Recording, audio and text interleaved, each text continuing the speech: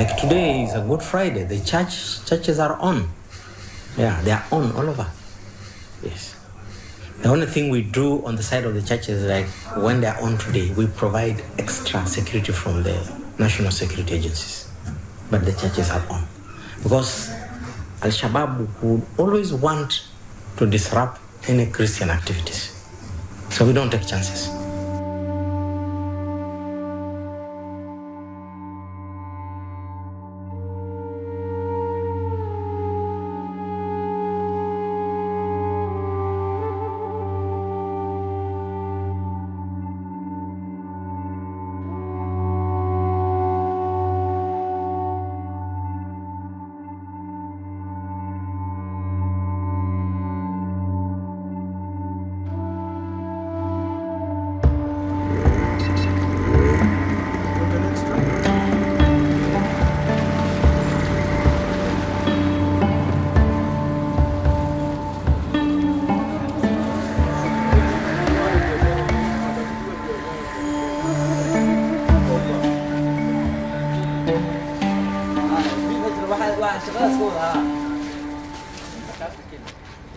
Mimi nimeendesha mwaka 6 ya rudi ya Mandera.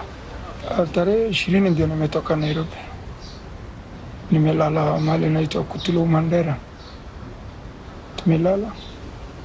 Tumeamka 6:30. Yaani saa 12:30 tukiendelea safari yetu.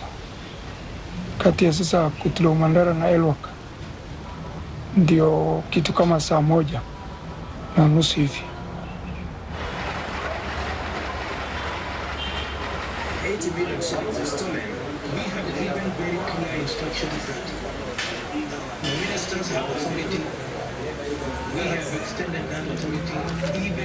Kamwambia sawa, alafu nikamwambia lakini mimi nimetoka mbali na nimechoka, unaweza kunipatia place ya kulala ama ya kupumzika kidogo? Akaniambia kuna lodge unaweza kata room ni 200 tu. Kamwambia siwezi kata gari na siwezi kata room na isaachwa na gari. Alafu akaniambia sasa fanya hivi, kaa tu hapa, panga hizi mzigo, ukimaliza utaingia hapa kwa gari, ulale hapa kwa gari nyuma kabisa. Nikamwambia sawa. Akimaliza akaniambia sasa ingia kwa gari ulale huko kama umechoka. Nikamwambia sawa.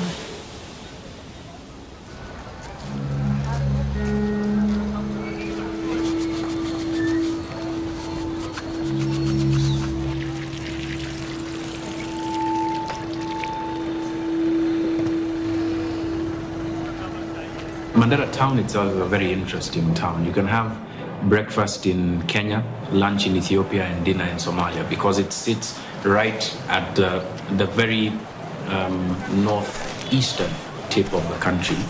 And it's bordered by these two very interesting countries. And the heritage and the influences of Mandera are very much tied to both of those countries, both in the past and presently.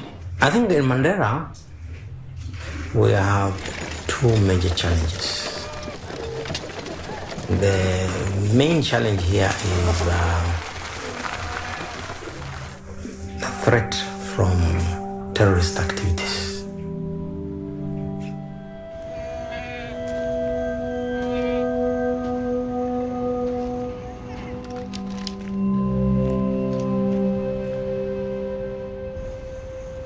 As relates to why Mandera has been in the news of late for the past, I'd say about since 2011, that's 5 years now, because of Operation Linda Inchi, which was Kenya Defense Forces crossing into Somalia to fight against the Al-Shabaab, rehatting as the African mission in Somalia.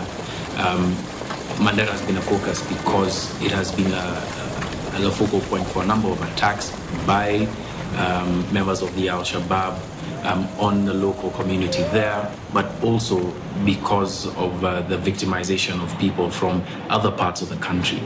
I went to Mandera in 2013, earlier, that's all from February. And 2013 and 2014 was the worst period to be in Mandera, because incidents were happening like on a daily basis, every night. I remember I used to live in Mandera town, just at the city center, I'll call it downtown.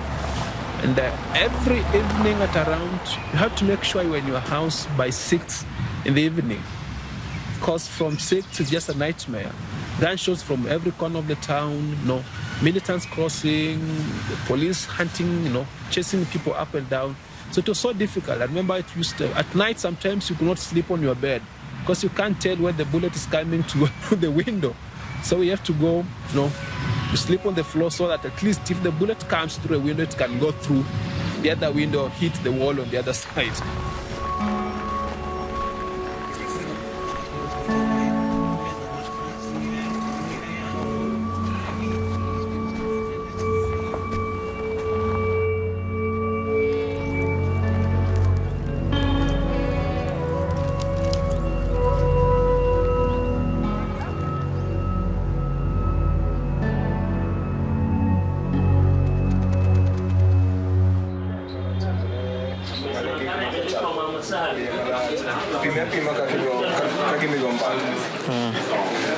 Chieng'no ne wao ka kawaida woga Nairobi saa auchiel motieno to wadhiyo ne okwachopoga nitie kuma ne wachopoga elwak kanyo mano romoga gi escort kabiro, lakini chieng'no to machior Mandera kono ngate gi shida machopo Kutulo kamiluonga nitie kumiluonga Kutulo chak Mandera.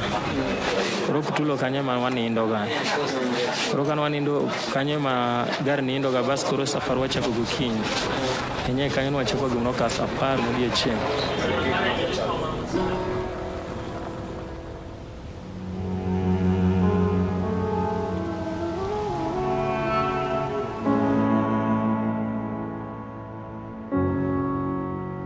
There is a push within the terrorism world which tries to attach itself to the religious faith of the Muslims. But if you talk to the scholars, they will tell you there is no association between terrorism and Islamic faith. We believe in the diverse culture. We teach our children that we are human beings, and we give them the teachings in the Quran that we should live as one family, because we are told in Islam that if you kill one individual without any given reason, it's as if you have killed every other person in the world. The Al-Shabaab has been very pointed, very targeted at picking specific targets in those places to harm, to maim, to kill, and therefore to cause division between those populations there and populations from the other side of the other parts of the country, mainly on religious and ethnic lines, but also on economic lines.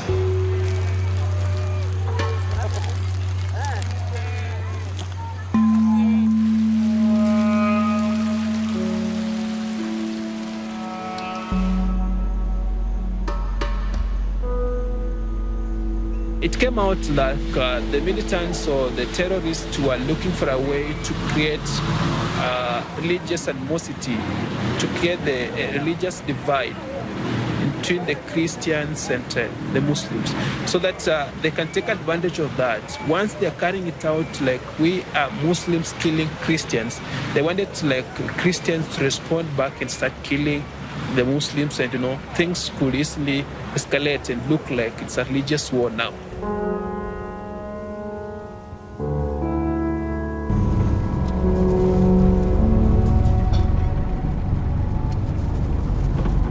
Tulikuwa tunaenda tu, unajua njia ni mbaya. Leo nilikuwa natembea tu sasa mahali mashimo. Mwiko mahali mashimo nilikuwa napita. Vile nilikuwa kwa shimo hiyo gari, nilikuwa naenda pole pole. Nimestukia tu watu wametoka kwa msituni. Sasa nikasikia kama driver ameongeza speed ya gari.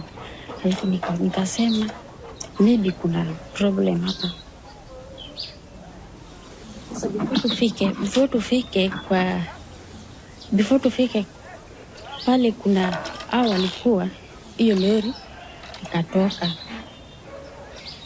na hii yetu ikasimamishwa hapo na watu wakaanza kushuti bunde, wakaanza kushuti nini huko juu.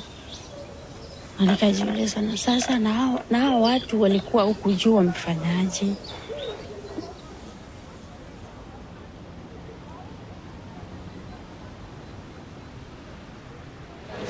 Enyabe na wacho no kani goro hango bati takuwa mana nyasta akwenya sayo monitel na.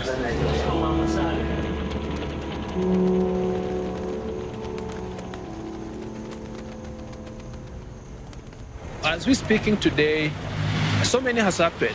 So many people have lost their lives, and most of the people who are being killed are Christians and non-Somalis. They are being targeted in these terror-related activities, on these terrorism activities. So much happened in 2013, and in 2014 it came to a climax. There are several attacks that affected our school program. In the real sense here, we are composed of teachers of diverse culture and religion. We have Christians who are teaching here because the locals here are Muslims. When the first attack happened in 2014, we had almost 5 teachers who are non-locals, who are of Christian faith, who were teaching here. So when they were not affected, they were not killed, neither were they maimed, but because of the fear and that trauma and the psychosocial trauma they had, they were not comfortable to come back here. So the following year, in January 2015, we had 5 teachers who would not turn up.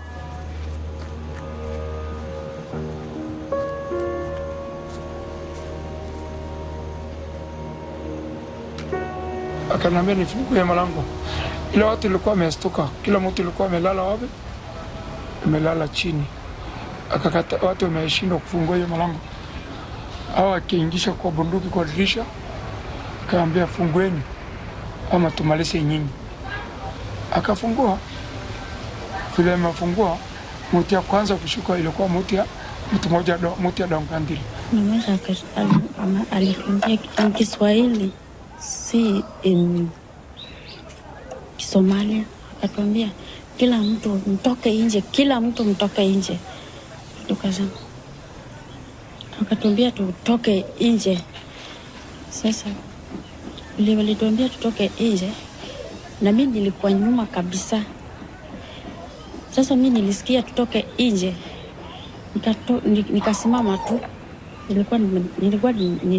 Nilikuwa nataka nitoke wa kwanza, na tulikuwa wengi kwa gari, hatukuwa hata na space ya kunini na kupasi. Kenye nani wikeria bikanyama na ninde kana nindo kanyote ema jogo bende nolora jomane i gari kagisetieko to kaine giserango jo Kristo mane nikuro ema ne giyudo ngata chielo mane gigoli gari basi nitelo ya chielo mane nichienwa. Hawa watu wa mbele watoke haraka, na kuna mtu mmoja kuna kijana mmoja wa down alitoka wa kwanza.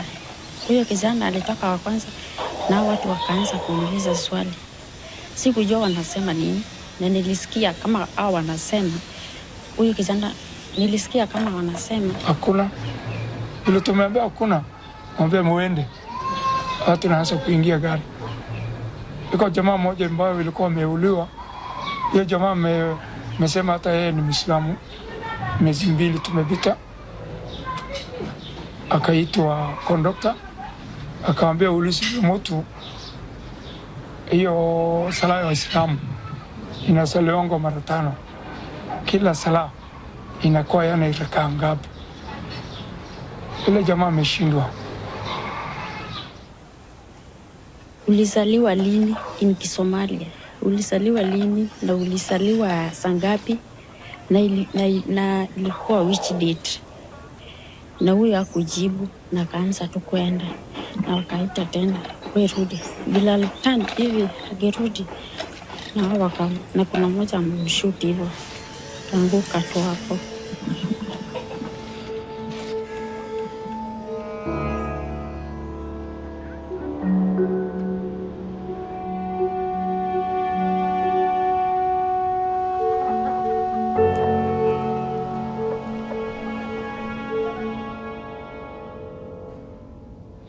Imeanza hiyo kitu ilikuwa imetoka kikafla.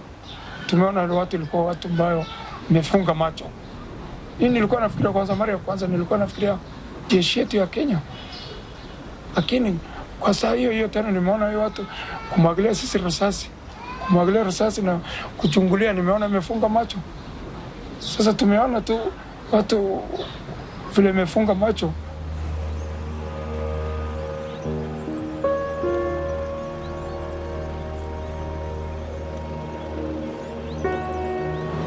I was very happy when I heard that, because it shows that even before, some of the more structural things happen to change the situation for people in Mandera, the people themselves recognize that terrorism is harming everyone, and they are the most disproportionately affected population by terrorist attacks. It's because of the history in Mandera, recorded history in Mandera, whereby people have been killed for many years, and most of those killed are non-Muslims and they are non-locals. So this has affected the schools, it has affected the hospitals in Mandera, whereby you find most of the medical officers in that particular area are Christians. Most of the teachers in the schools are Christians. So once you start killing them and targeting them, they'll all run away. Al-Shabaab has affected the social fabric of this community completely. Schools are not running normally. Health facilities are not running normally. The supply of food stuff and other commodities is not normal because of the fear. The cost of doing business is very high. And therefore, the community has said enough is enough with Al-Shabaab. There was a complete 360 degrees change in terms of perceiving Al-Shabaab as being associated with Somalis against the other Kenyans. It was a complete turnaround.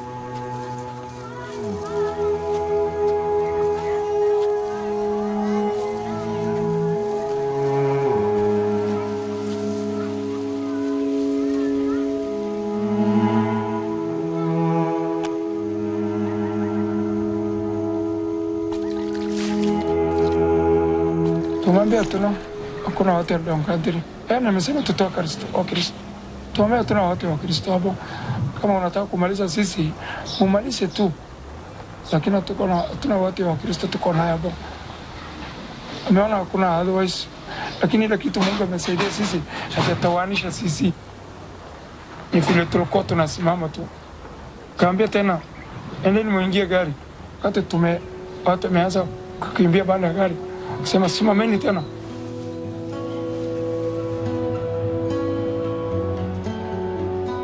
It is something that happens. It's a spontaneous reaction. Yeah, just a feeling that maybe starts with one person and then you influence the rest of you. And it actually started with one person. This is now the teacher I'm talking about. He rallied the rest, around him. Yeah.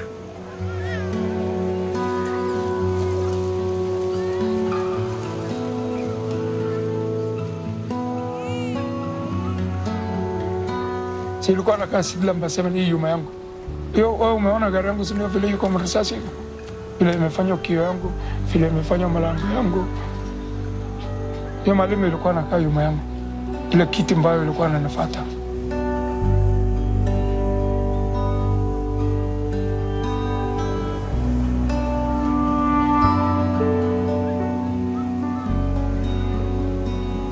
Father Salah came out and stood out for Christians and told the militants on their face that we are not going to let you kill our brothers or kill our Christian brothers just like you've been doing in the past.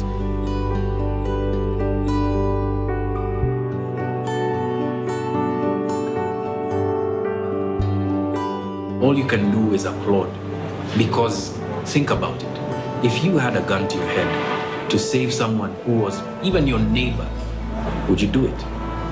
What would it take for a person to be able to do that?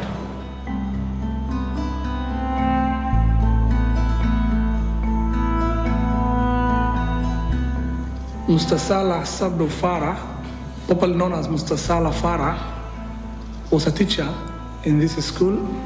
he was injured because he stood in the way of the terrorists, blocking them from massacring and killing the Christian brethren. I was told he stood in the way, and that's why the terrorists sprayed the bullet and he was hit on the back. He suffered the consequences by being shot in the process. But he didn't die immediately. He went for treatment, but he later on died. He was a teacher. I feel his pictures, his wonderful pictures, I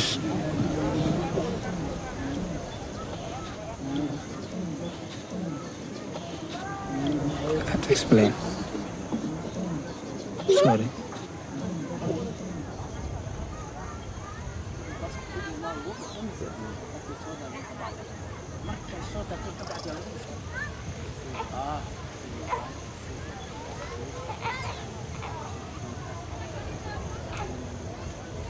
We believe there's an adage that goes in Swahili that chema hakidumu. It means that anything that is of treasure, anything that's of value, do not normally stay long. That's why we lost him to the bullet that was shot at him by the terrorists.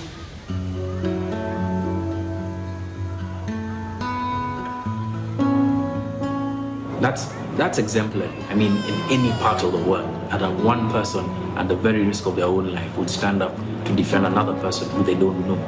That's a story for the ages in any country, But it took certain really terrible things happening in this country for that moment to become the moment that it was.